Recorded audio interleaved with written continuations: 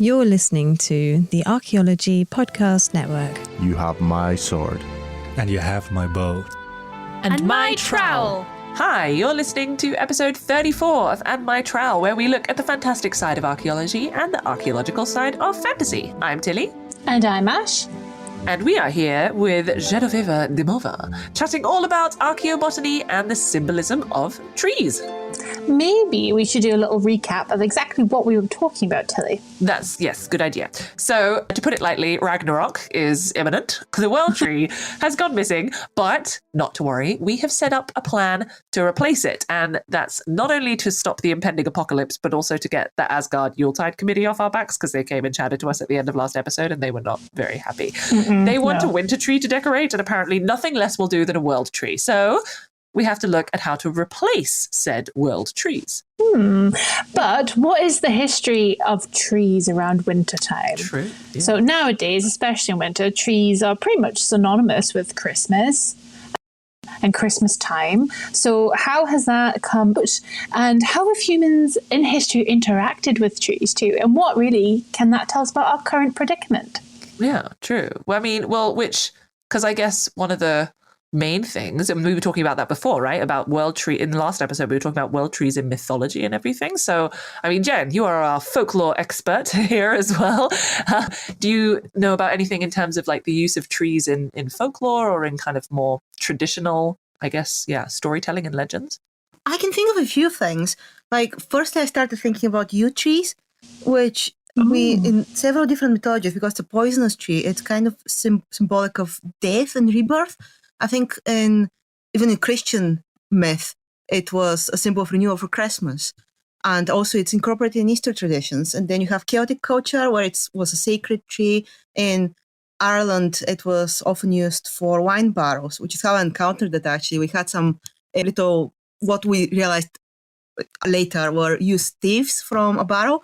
But at first we were like, what are these weird things? And then it turned out in Ireland, in Dublin, mostly barrels were made from yew. And we think that's cultural because they had also sort of other trees that you could use to make a barrel or like a little stave vessel, but they were using yew. And apparently yew was known as the coffin of the vine because of the wine barrels. Okay. I like that. Which that's hilarious, calling a wine barrel the coffin of the wine. That gives a whole new take on on drinking a bottle of wine. But yew trees are often found in churches as well. They're in graveyards. Yeah, So I think they are very often used for coffins, like associated with death. Yeah. Is that the one as well? Isn't there that really famous church somewhere with a tree on the outside of the door that was supposed to be like the inspiration for J.R.R. Tolkien? And isn't that a yew tree, I think, or something? Oh, is it? I didn't know that. I can't remember. This might be me completely making stuff up. No, Probably that makes sense. I think there are a few like yew trees historically known. Like I was reading about a tree that Columba supposedly preached under on the Isle of Bernery, which is near Iona. And then we were kind of looking at the pollen analysis, and apparently yews don't really grow there. So we think they just wrote the story because it sounds nice. Who knows where he preached in real life? No. I mean, that's like history in a nutshell, really. Like, Definitely. it was done here, but this isn't a very interesting place. Let's say it's here. It's just like, I want this tree here. I want this tree to be with this person right here. It doesn't matter that he never lives here and he's never seen a tree in his life. And also the tree that you were talking about, Tilly, for Tolkien is Stowe's Tolkien door. So it's got the two large yew trees next to kind of a neo-Gothic door, and it's Stowe on the Wold. That's where it is, St Edward's Church in Gloucestershire. Yeah, we'll put a link in the show notes so that you can see a picture of it, because it is gorgeous. Like it's very pretty. Very pretty. I think so many people have had their wedding photos there. That would be amazing. And so yew has a lot of these sort of associations. We've also talked about ash. Like, does ash have particular associations? Because ash is also, isn't Yggdrasil? I can't say these names. Yeah, Yggdrasil. You're making me do it now. Yggdrasil is also, he's made of, I've just gendered a tree. I don't think that's a thing. What would you call a tree? Because that's like ships are always she. Would you say them? They are they, them. Yeah, they them, and their pronouns. Yeah. I think so. Unless you're an Ent. True. In which case, you are he, because the Ent wives have gone missing. Anyway. Not if you watch the Rings of Power, they're not. I haven't caught up yet. Oh, really? Sorry. Okay. I need to catch up. I've only watched the first couple of episodes. I need to keep watching because I just don't have time to watch things these days, but I want to continue. Okay, anyway. Cool. So, but yeah, so Ash, indeed. Sorry, continue. Ash, talking about Ash. That's great. Sorry, I don't know what that laugh was. Yeah, so ash trees are kind of associated with immortality and healing as well. So you tend to find them in Irish folklore a lot around kind of healing wells, places of kind of pilgrimage and stuff like that too. In the kind of British folklore, they're always kind of sacred amongst druids. And they often kind of make their staffs. I think neo-druids do the same thing. They make their staffs from ash. But they, again, protective kind of qualities as well. And in Norse mythology, Yggdrasil is the tree of life, and the first kind of person is meant to come from Yggdrasil. So they're made of ash. So we're all ash. Everyone has a bit of ash. It's like the whole Everyone thing. is ash. You share 96% of your DNA with a cabbage or something. It's it's the same thing. It's like everyone, we all share. So we probably do share like 94% of our DNA with an ash tree. There you go. Yeah. I am 100% ash. You are though. And you talked about you as well before as well, because I mean, nowadays, when we think of, for example, Christmas and having our Christmas tree, it's always sort of pine or spruce or fir, like it's the kind of typical Christmas tree. When did that kind of thing start? Does anyone? I know. Well, kind of. Good thing anyway. we have you here. I believe Christmas trees are actually kind of not necessarily a Victorian invention, but they're brought over when Victoria and Albert marry. So Victoria the First and her husband, Prince Albert. But it's very much a kind of Austrian-German tradition of having a tree. And it also comes from your kind of pagan kind of belief of having a tree in winter. It is meant to bring the kind of spring in and kind of look after you. And it must be also for like fuel, like the Yule log kind of thing. But then basically it becomes popular because he brings one over for Victoria, and then they send out a Christmas card or something like that. Or they have like a painting done of them with this tree, and everyone's like, what is that? I want you have a tree in your house. And like you'd put like candles on it and things like that, and they're like, oh my god. So it becomes this new like fashion. And then this is where like Christmas cards come out as well, and you get really weird Victorian Christmas cards. Yes. Like if you've ever seen them, they're very bizarre. They're so creepy. Really creepy, like weird like dead frogs dueling each other and stuff, like really odd. And so the pine tree becomes kind of like a popular thing that people would do in the Victorian period, and now we just continue it on now. It's quite interesting how many of these Christmas traditions are actually really recent. Yeah. The whole Santa wearing red thing. Yes, That's right. Coca-Cola. Not communism, capitalism. Yeah. Probably communism as well. Yeah, because even when I was young, we had a Santa, kind of like, I don't know, a statue-y thing, and he was in green. He was always in green. Yes, I've heard that he was sense, yeah. Yeah. We had Dead Moroz imported from Russia because obviously Santa is way too Western and going to be too capitalistic for us. So we had Dead Moroz, Dead Moroz, who was dressed, I think, in blue and had like all sorts of. He was kind of like a more frost spirit in spirit, but which is cool. he was. I always remember he used to come to my kindergarten, and it was always like an old man with a really wispy, horrible beard. So it was kind of creepy. I mean, to be fair, also the Santas and like sitting on their knee and being like, "What do you want for Christmas?" If you think about Have you been a good girl? Kind of creepy. No, I don't like it. Yeah, I think you either have that childhood experience of going to see Santa the first time and just screaming in his face, and like everyone's kid has that picture of like, why am I with this strange man? I can remember my first Santa experience. Indeed, it was which shows how fancy this was. It was at the yacht club in Dubai. Shut up. While we were living there, well, because all the expats just used to go to the yacht club for like everything. Because it was sort of, I don't know, it was just where everyone went. And we went there, and then Santa came and had some Christmas presents. And I remember being a bit weirded out by it all. I was a bit like, what's going on? Like, why is that here? Just give me my spaghetti bolognese. They did really good spaghetti bolognese with like a bowl of Parmesan cheese. The traditional Christmas dinner. Nice. Yeah, fair enough. Sounds good, to be honest. Better than the dry turkey we have to have half the time. Anyway, sorry. I've gone. I feel like in the last couple of episodes, I'm starting to go rogue. I'm just going off script far too much. Quite literally. We have so many stories to tell. I know. But if we think about, okay, so that's sort of the folkloric side of things. But how about if we come to sort of, which I guess is the kind of same, it's sort of ethnographic examples of how people have interacted with trees over time. I can remember during my master's learning about like a particular place where people would go and tie like ribbons to a tree or something and do that kind of thing. I mean, how do we see how kind of people interacted with plants in the time? Is that also something that you as an archaeobotanist are kind of involved with in your work and your research? I think it's quite difficult to tell, like usual with archaeology, like what is ritual and what is just everyday life. Wait for it. Ritual! There we go. You said the word, Jen. I said the word. I had to. It was time in the conversation when we had to address. I mean, to be fair, we're talking about trees. Like, it's going to be some ritual stuff coming in at some point. But anyway, sorry, you were saying, Jen. I was saying, yeah, it's difficult to tell. And in some ways, like, I don't think in the past there was such a big gulf between what's ritual and what's everyday. So it is difficult to try and like separate what is ritualistic from what is just, like, I was thinking when we talk about meaning of trees, I was trying to think of burial rituals, because that's kind of the most obvious place where you can tell this is definitely something with a deeper meaning. And then I was thinking something like how obviously coffins are made of wood, but that's very practical. And then you have different tools that have wooden handles. Again, very practical. You're meant to just take your axe and use it in the afterlife.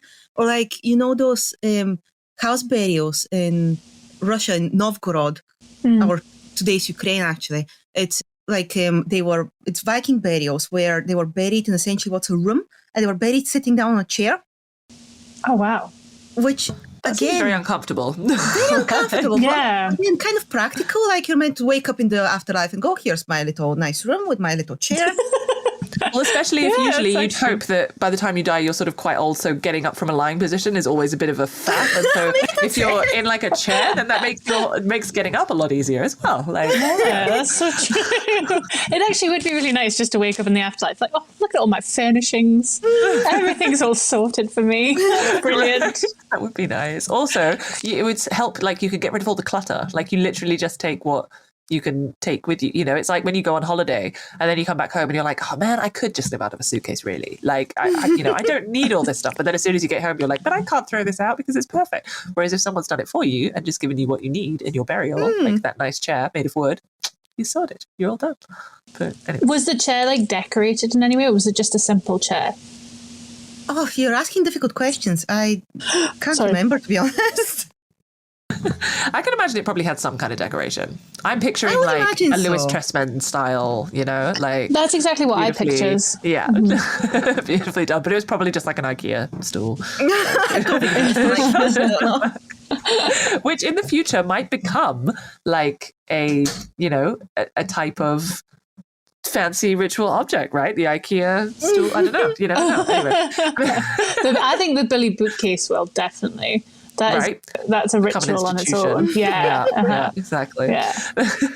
And I had a question in terms of how people's perception of trees changed. I mean, we talked about that a little bit last episode, but do you see a kind of change when, for example, agriculture starts? Like, does that impact the role of trees in kind of human society? Do you see people becoming closer to like big trees? Do you see, it then becoming just more everyday and not quite so cared for? Or is there no real impact?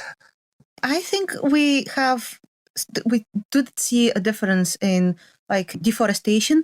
I think we see how people often mistreated trees in like agricultural society, like tree clearances.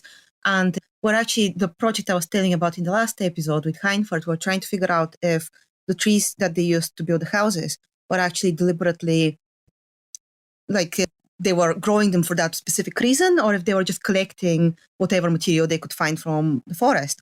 And originally we thought that they must have been deliberately copicing them, because we have all these long, very straight branches of hazel and alder and birch. But now we're thinking maybe they weren't, maybe they were just taking advantage of what was there. And that kind of starts to make me think, what if they ran out of material? Like, if they weren't preserved, if they weren't trying to deliberately grow it, then you must have ended up in situations where you've used up all your material in a certain place and you're just forced to move because you've mistreated the environment. That's really interesting, yeah. And it's so funny because people always say, like, oh, let's go back to our ancestors and, like, live at one with the environment. And you're like, well, how far back do you want to go? Because we've got to go back quite far before we start to exploit everything. Which, Yeah, deforestation has been a problem for a long, long time, it turns out. Yeah, and it's also, it's in managing that environment as well. And that's why you do get, like, those kind of agricultural landscapes sort of popping up, I suppose, in the Neolithic too, because they're trying to, like, mitigate these problems of resource. Yeah, and I wonder if that's one of the reasons why trees are so present in folklore, and, like, there's all this mythology around them, if the fact that people realize how important they are. Like, they're known as the plastic of the prehistoric because they are so useful and so easy to make objects out of. And then suddenly you realize if you mistreat them, then you can't use them anymore. You run out of your most important material. Absolutely, yeah. I think that's cool. If that is, like, a meaning that's come from, like, the very guts of prehistory all the way through, that's very cool. Let's look after the trees. Sorry, my baking timer just went off. Tilly, we're on the cusp of Ragnarok. Is this really the time for baking? Ash, there's always time for baking, even during an apocalypse. Oh, well, you know what? I am kind of hungry, actually. It's honey cake. That helps. Okay, guys, we'll be right back. Oh, gosh, I needed that. Who knew the beginning of Ragnarok would be so delicious? Thank you. I'll take that as a compliment for the honey cake. So what about, like, environmental factors? I mean, for example, I remember in the last episode, like in the Ents episodes we had, that you talked about, like, pollen analysis, Jen, which looks at then kind of environmental factors and how that changes. Do you see also kind of plant remains found at archaeological sites which can kind of suggest different species used depending on environment, depending on time, region, or anything like that?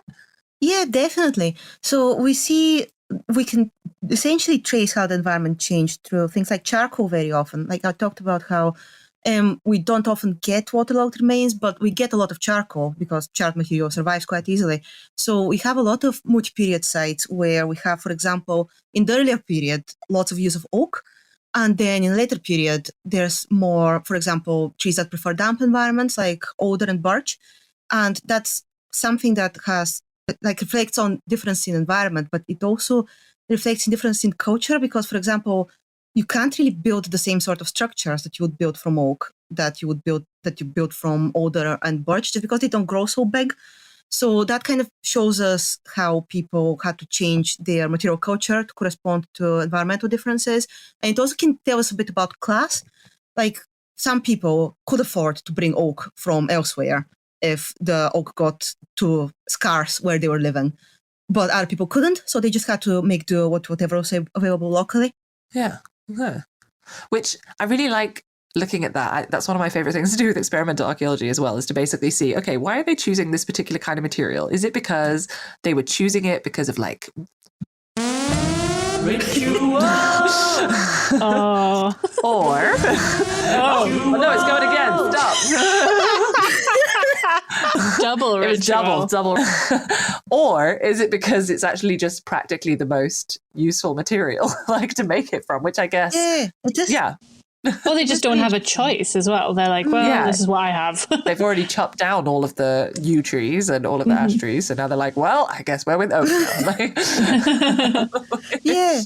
We were working on, like, a smelter once, and I was reading all these experimental archaeology experiments with, like, what different types of charcoal would have been best to use. And our smelter was full of oak. And then I read about oak, and it's probably really stinky and really smoky and really horrible. So I was kind of thinking, what was the point of that? Yeah. Well, Why would you do that? Stinky oak. But I think I've told that story on here before, haven't I, Ash, about the seaweed in the forge? Yeah, I think so. Yeah, as well, which that was the perfect example of like, why would you add seaweed to a forge? It's because it gives you a high. Like, when Makes you're you feel doing real it, good. It makes you feel really great about your metalworking. So yeah, I guess there might be some things like that as well, in terms of plant use in the particular context. But yeah. So is there any kind of maybe material culture that you find like interacting with trees? Okay, so we talked about a bit about ritual. Okay, yeah, I thought that was going to happen. No, why is it doing it twice now? Sorry. I won't say it again, but we've talked a bit about that R word, and essentially and how we can't really know about trees and if they were used in these kind of, I don't want to say the word again, but I will. Rituals. Right. I won't do Okay. But I was thinking, is there anything like we talked about with the forge? Is there any material culture that has I don't know, tree resin or nuts or fruits deposited somewhere that maybe you can identify through archaeological investigation and kind of see, oh, actually, this is being used for this kind of ancient tree-based ritual or something like that? Is that something we can find in the archaeological record? Well, I think we have to look at burials again if we want to be certain that it was somehow had some sort of ritualistic use. You often find things like hazelnut shells in burial context, probably just for food. Yeah. To the afterlife. Or actually, if you go to Eastern Europe, there we start finding rituals, that had to do with making sure that your loved one doesn't come back as a vampire. I love these. Where you bring in aspen stakes, for example. It's always aspen, and you have to sometimes pierce their heart with an aspen stake. Sometimes you have to actually plant aspen trees around the grave just to trap them in there. I mean, yeah, you want to make sure they're in there. Yeah.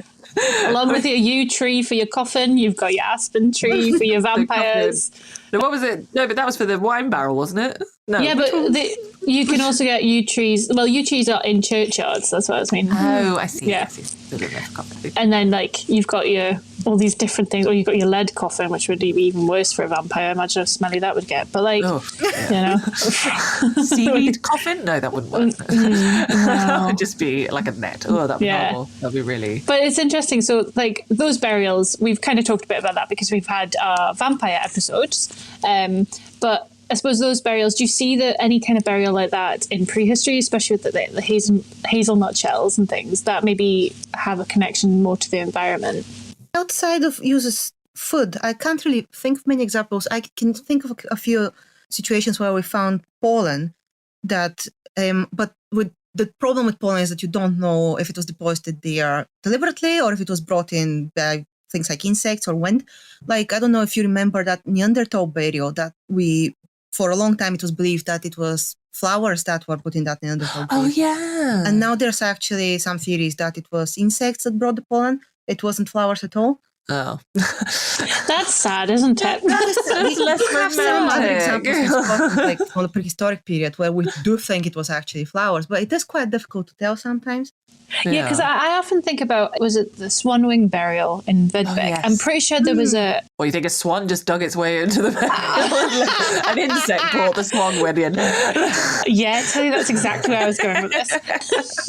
No, I was thinking there was a hazelnut woven... Not hazelnut, hazel tree woven kind of rug underneath them all, I think, as well. I find that often. But again, I don't know how to make a difference, even if we should make a difference between objects that are placed there for practical reasons, like here's your favorite rug. That are placed there specifically because they had some sort of ritual meaning, because we get a lot of hazel woven wicker baskets, we get hazel partitions within houses, you get flooring kind of rugs sort of thing. And it's the same with the tools, the handles for tools that are sometimes wooden. Sometimes you have wooden mallets.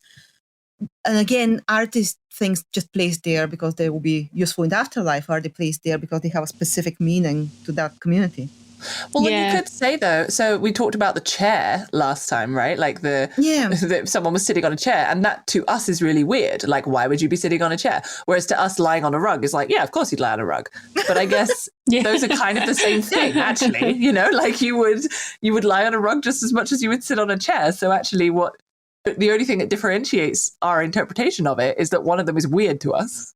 Oh, effort as well. It's more, I would say it's more annoying to take a chair to a burial than a rug. And, like, sit them up on it. Yeah. And get them to sit as well. Unless maybe they died on it and then the rigor mortis has just kind of put them in that position. And they're like, you know what, you're let's like, do a theme. I can't be bothered like untangling them from the chair. Let's just carry them on the chair. And it's a theme now. It's like, you know what, let's do the room. Yeah. We might as well go with it. Yeah, exactly. If we're doing the whole hog. Yeah. Okay. So, I think we've talked a bit then about like how trees are seen, how plant materials seen. In last episode, we talked a little bit about kind of the different mythologies, how trees have evolved, kind of world trees through fantasy. So let's think about how we can actually solve our problem. So we need to find a world tree, because it turns out that we have now discovered, haven't we, Ash, why the world tree is missing. Do you want to enlighten our listeners? Yeah, Nihog, which is the tiny little serpent that likes to bite Yggdrasil and try and eat its little roots, actually succeeded. He confessed to us during the break, and he just gobbled it a bit too much. So, he ate the world tree, and it's ruined Christmas, and it's ruined Yule, and so we need to find a new ash tree. So the job is still the same. Ash tree there. Was that a Freudian slip? I wonder. I mean, it just makes sense that Yggdrasil would be the replacement would be an ash tree, since Yggdrasil was an ash tree. I would argue that, going back to my previous point where we talked about what world tree should be, an ash tree, sure, all well and good, but does it provide you with, a nice food, a nice snack at the end? It provides you with life and magic and so healing. Does a fig tree. And a fig tree is, symbolizes wisdom and success. So that will help you in the new year. That's what you need. You need to have lots of success going on. I don't know. I think ash trees are just like multi-versal, versatile. You can do many things with them. Yeah, sure, they might burn down quickly, but... Exactly. Yes, whereas a fig tree...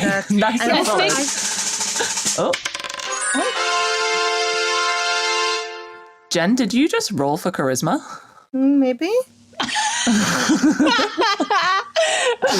Okay, say your piece. I'm open. I'm open to persuading, or being persuaded.